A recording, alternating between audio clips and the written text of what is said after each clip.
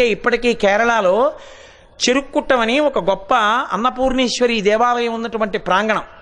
అక్కడ దొంగలు నేరాలు చేసిన వాళ్ళు దేవాలయ ప్రాంగణంలోకి వచ్చి అన్నం తినడానికి భయపడతారేమోనని వాళ్ళ కోసం బాగా చీకటి పడిపోయిన తర్వాత అందరికీ వడ్డించే పదార్థాలు గంపలతో తీసుకెళ్ళి అడవిలో పెడతారు.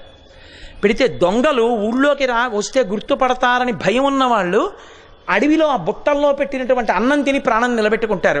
వాళ్ళు బిడ్డలేగా అమ్మకి అన్నపూర్ణ పెట్టద్దని ఎందుకంది శంకరులు అన్నారా? ఎవరైనా సరే తిని బతకాలి. తర్వాత వాడు తప్పు చేస్తే పట్టుకోవలసిన వాళ్ళు వేరొకరు ఉన్నారు, వాళ్ళు శిక్షిస్తారు. పెట్టడం అన్నపూర్ణమ్మ పెట్టేస్తుందంతే.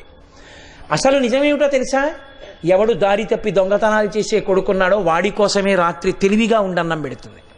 తండ్రి కొడతాడేమోనని పాలు తోడు పెట్టడం మర్చిపోయాను, కాచడమే మర్చిపోయాను చూసారా ఇవ్వాలని చెప్పి వచ్చి తోడు పెట్టేసింది. ఆవిడ వంటింట్లో నిలబడుతుంది.